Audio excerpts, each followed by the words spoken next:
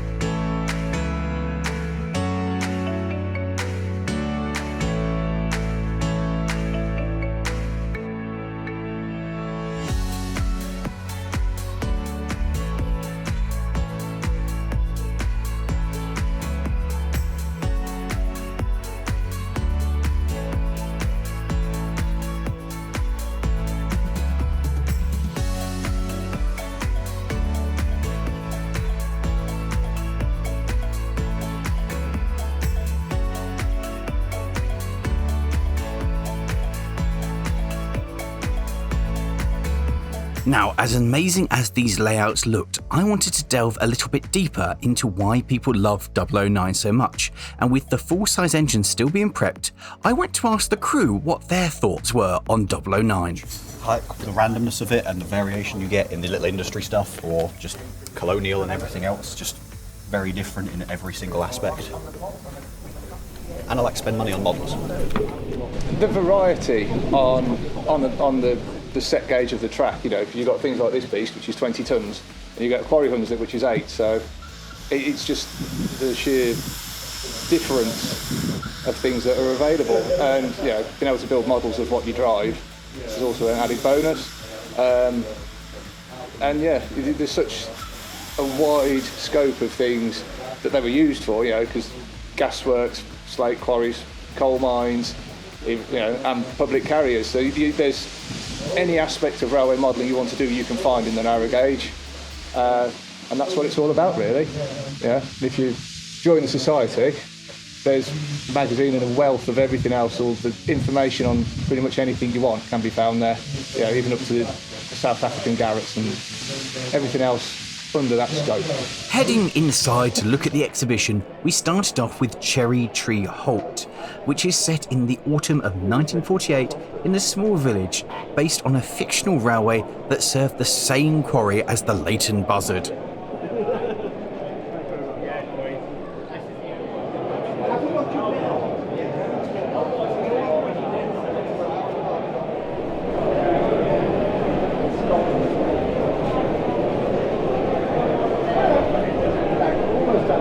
Next door was Lesotho, a completely implausible railway set in the mountains of Lesotho in southern Africa, set somewhere in the 1950s. What was particularly cool about this layout was that it operated on multiple levels, with the upper section employing the use of a switchback to get halfway down the cliff face. Beneath this, though, there was a main line which mostly saw action of the NG16 Garretts pulling long trains at the base of the rock formation.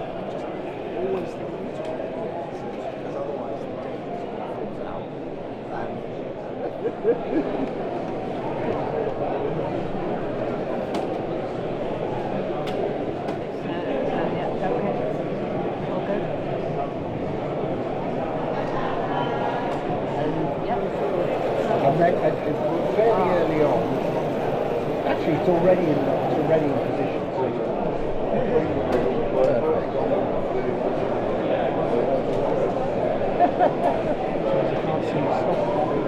So I'll say then.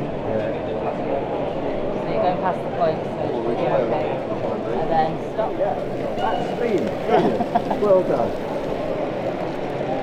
Perfect. Around the corner was Bottle Kiln Lane. Set in the 1930s, this is a small narrow gauge line running through the English countryside, serving a small canal and a pottery, and featured a variety of rolling stock and trains, conjuring images of the quirky light railway.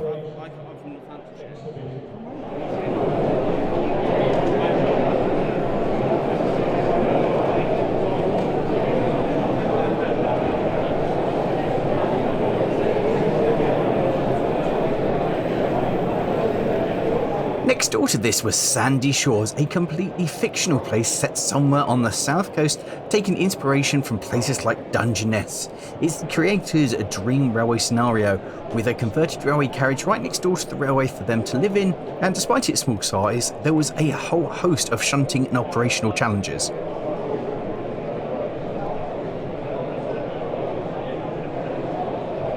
Oh, that's a nice.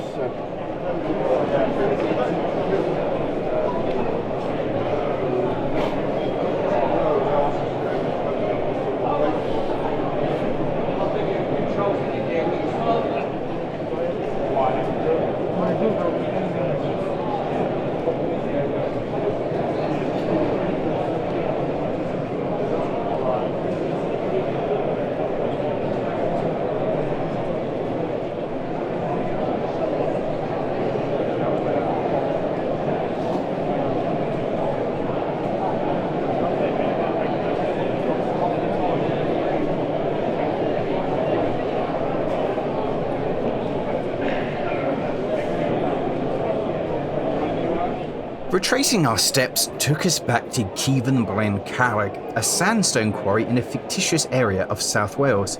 The layout is loosely based around the time of 1968 to the 1980s, showing the last remaining years a steam narrow gauge was used before better road and technology infrastructure came in. And of course appealed to my taste because it was full of diggers and other plants. And also the operator very kindly looked after my camera bag for the day, so I didn't go around knocking into people and layouts with it on my back. Yeah, it's really odd. I find it quite interesting to what goes really well. This morning. If you have lost anything, can you please come to the 009 Society stand and speak to Mr. Julian Webb. Ask for Mr. Webb.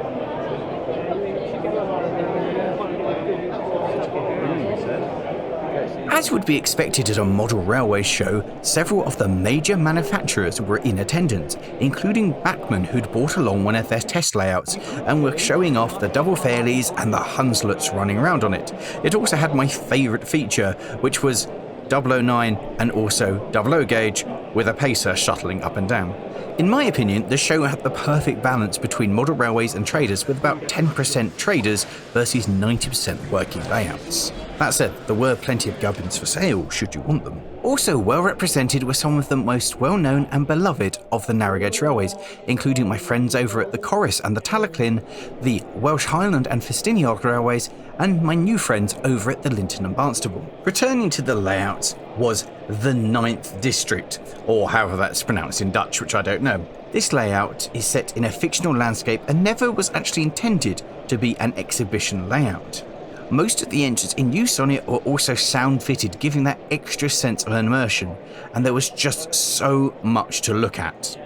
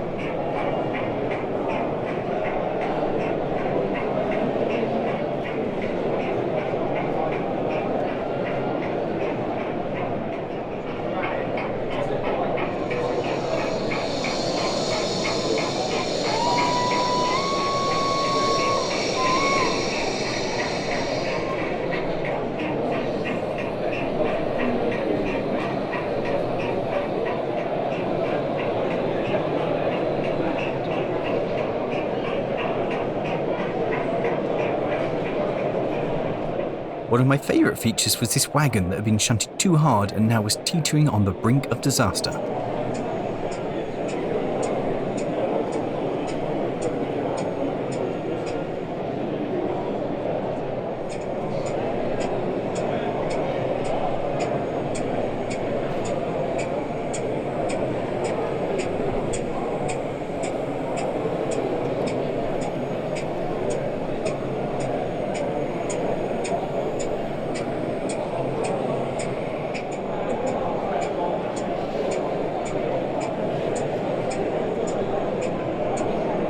At the other end of the scale was Slogworth & Co., being only 50 by 35 centimetres long and featured a different scene on both sides of the board. The builder, who was 11 at the time, was the junior winner of the Dave Brewer Challenge with this layout. Next up was Strand, or something in Swedish, which is set in southern Sweden on the shores of Lake Vatten in Västergötland. The layout is freelance, but inspired by the Swedish 60cm gauges that existed until the early 1950s, and represents the terminus of the line where you can see shunting operations being carried out. And one feature I really liked was the moving water crane to be able to refill the tanks of the steam locomotives.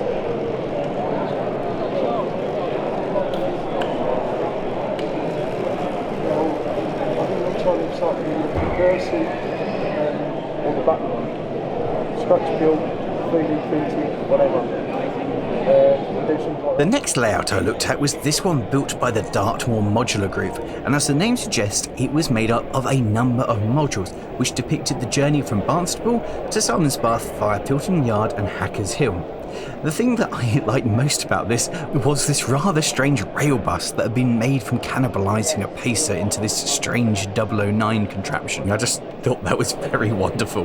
The layout was a good length, giving the trains a proper run from end to end, and passed through a variety of interesting scenery.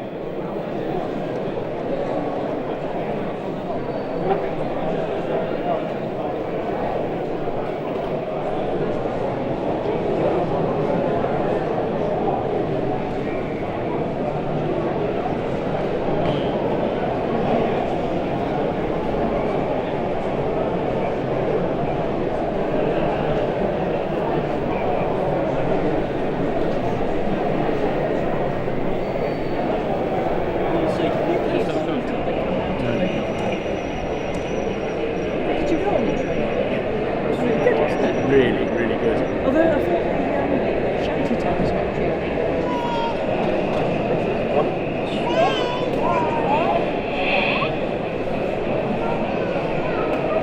Pacer approaching from the other direction. I'm going to, yes.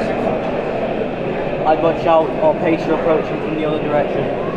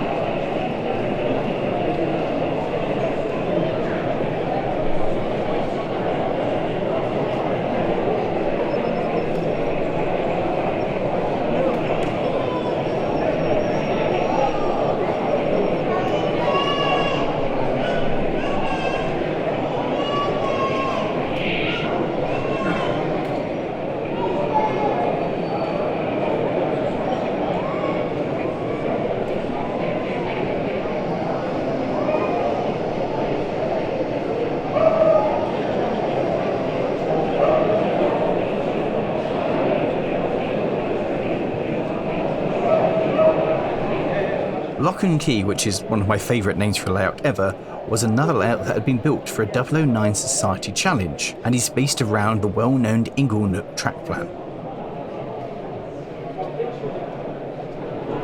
Sectivate one without and come up with what they're playing. Jumping once again to the opposite end of the scale, the next layout I looked at was Clire Valley, which featured this absolutely stunning fire duct in the middle. What an outstanding centrepiece.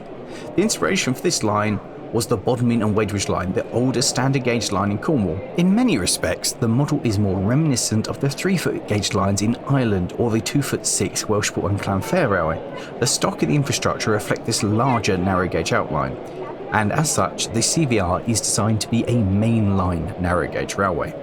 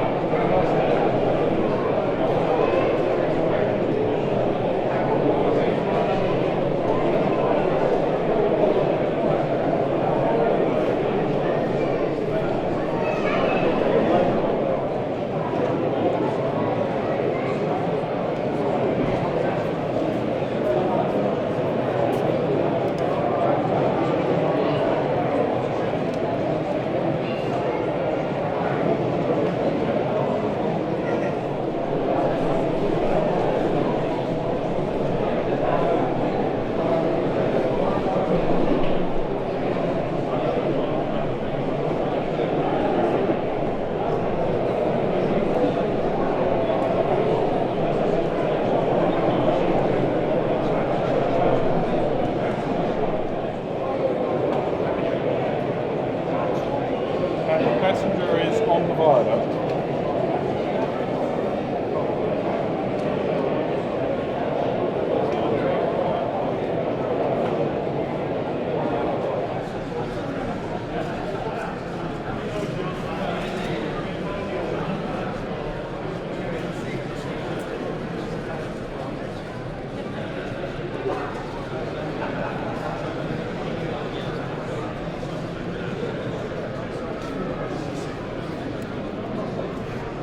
Taking me straight to the heart of the Welsh mountains was Tanner Lynn, one of the most striking layouts I've ever come across, with absolutely jaw-dropping scenery.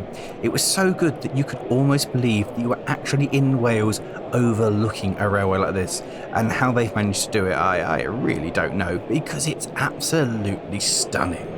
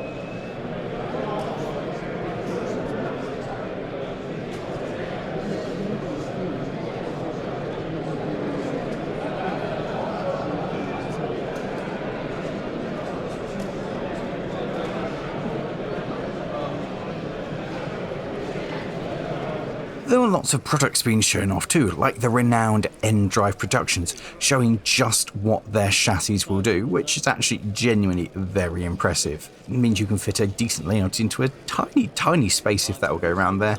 And also Westcliff Works was showing off some of their products, like this tattoo based on Stanhope at the Apedale Railway, and our very own Fiji here at the Statfold Barn Railway, which you can now get as a 3D printed kit. Castle Carignan took me straight back to the Welshport and Llanfair Railway, featuring the iconic locomotives of the line and really capturing the essence of the famous Welsh narrow gauge.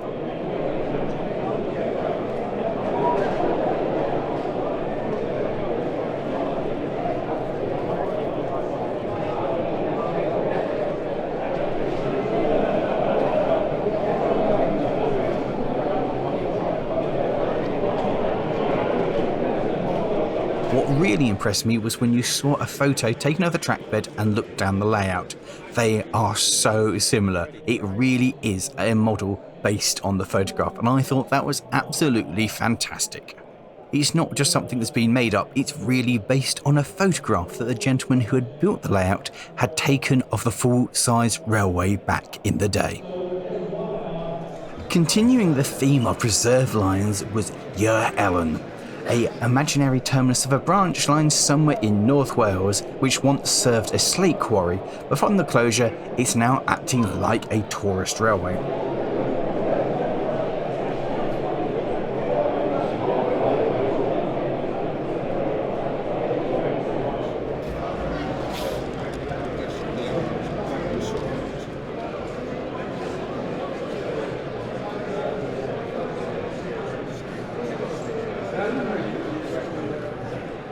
Jumping to the Czech-Austrian border was Ostrava, based on the track plan at Kamenec and at Lipov station on the JHMD network in South Bohemia. The owner of the layout has two stock boxes, one having Czech stock and one having Austrian, so depending on when you come across the layout in the day, you might see an entirely different type of stock.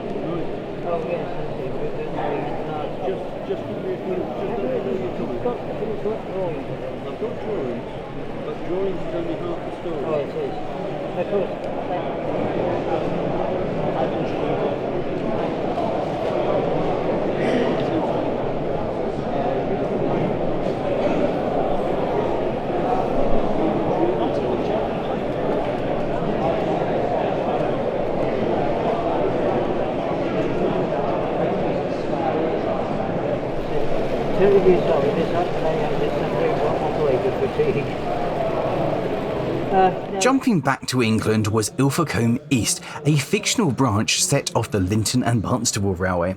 The layout is set in the southern period, but there are a few locomotives still wearing their older LMB colours. And the big feature of the layout is the massive viaduct that runs down the middle.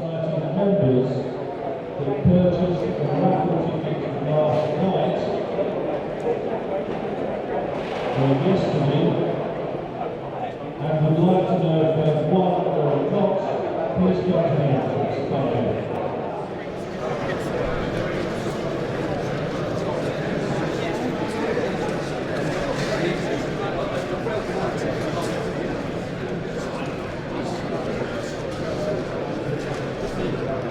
Heading back over to the continent was Kaninchenval. Now this layout was pretty impressive for a number of reasons. Firstly, it was pretty stunning with the scenics. It was based on the Rabbit's Warren principle.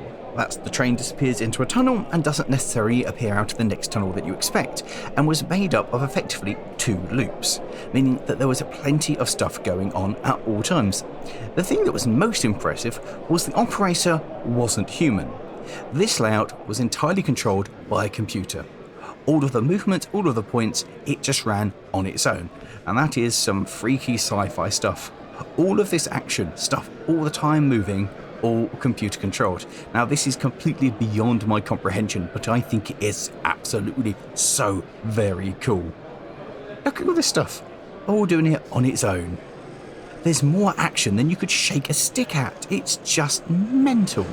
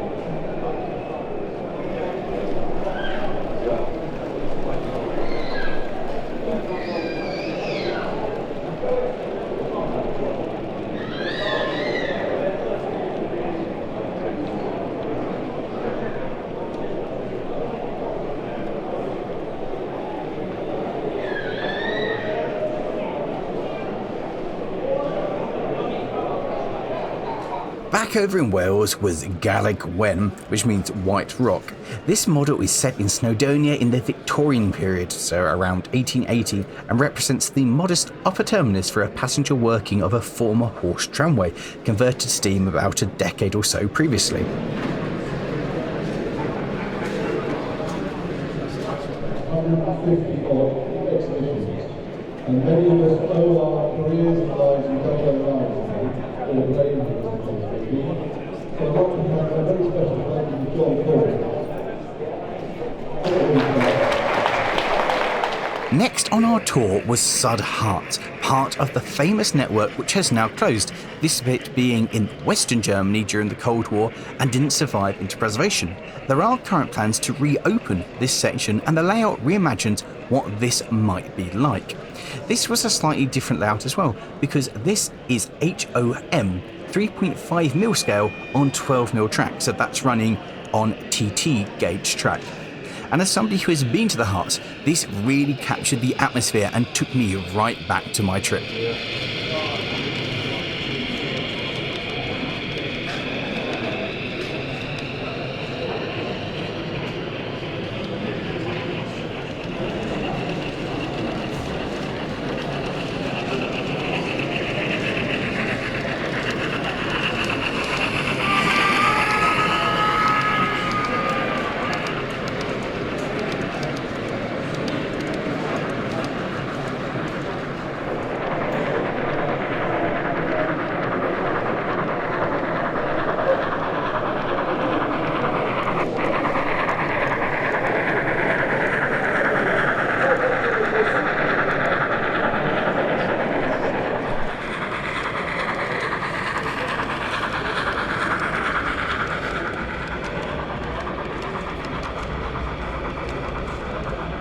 And whilst we're talking about layouts that are faithfully recreating a real railway in model form, there was this, the Launceston Steam Railway, which again, having visited, I can say that this 100% captures the full spirit of the line and matches my memories of when I was there.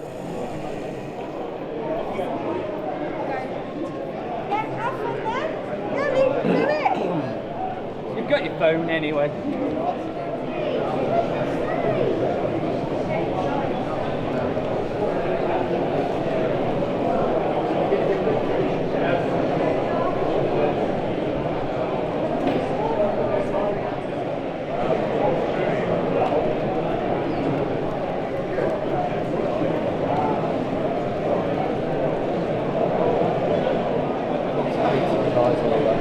Don't worry about it. Don't worry about it.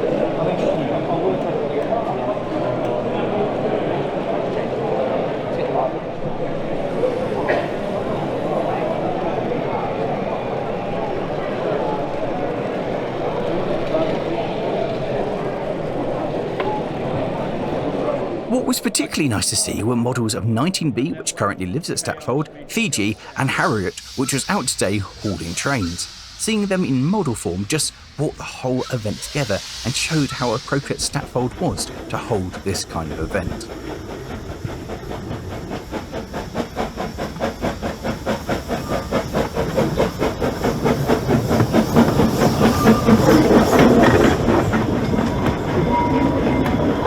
Heading back indoors, we came across Newton Goathorn, set in the winter of 1951 and depicting a clay mining hamlet of Newton, situated on the Goathorn Peninsula in Dorset.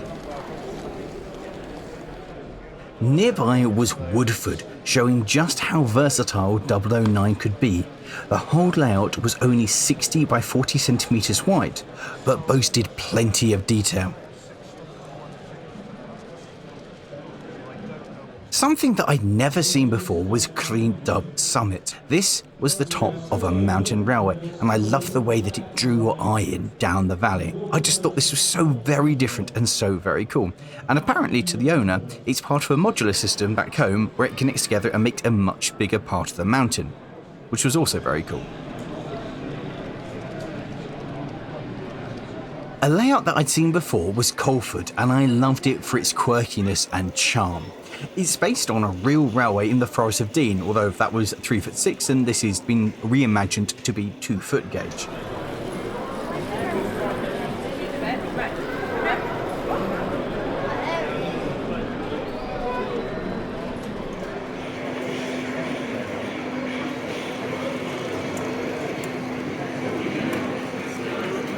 Once again demonstrating what you could do in a small space was Yours or Mine, and this used a hidden sector plate to be able to receive and dispense load and empty wagons at both ends of an ore-carrying industrial narrow gauge railway, so that constantly it looked like the loads were being moved about, and I thought that was really cool.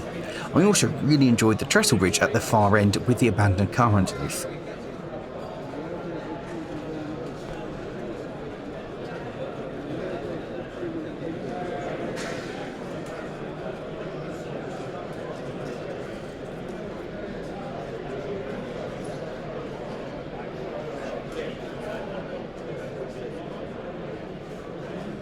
Another layout showing what could be achieved in a relatively small space was a Gilderdale mine, which represents what might have been if there had been a mine near Gilderdale Moor, because in the early 1900s there was a great deal of mining activity in the South Tyne Valley.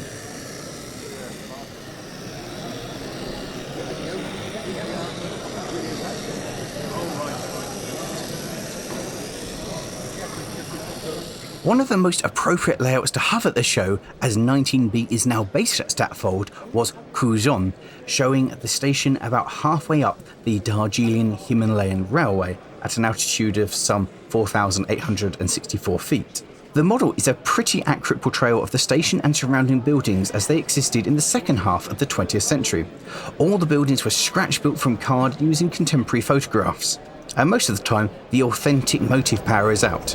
Although when I turned up, they were given the stuff from the Fezzigood run, so we'll assume some grand exchange has gone on.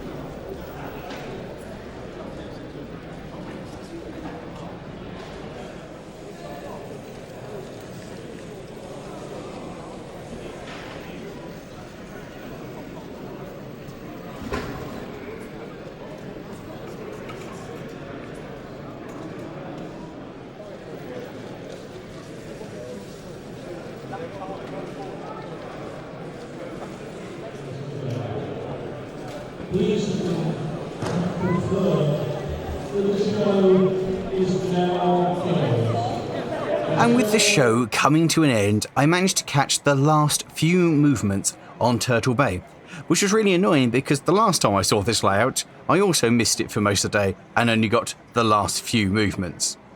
So that's really annoying. But it's a really stunning layout set in the Southern Hemisphere, intended to be a showcase for British railways abroad, such as those found in South Africa, Cyprus and India. So that brings us to the end of the day here at the Statfold Barn Railway for the 009 Society's 50th anniversary show. And I'm going to be honest with you guys, it has been the single best show that I've been to, not only this year, but possibly ever.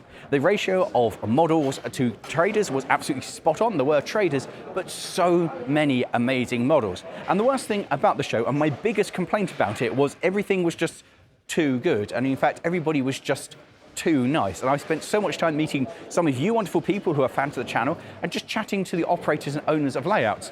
So I've only actually filmed maybe half of what was here. So to everybody that I missed, I'm really sorry that I missed your layouts.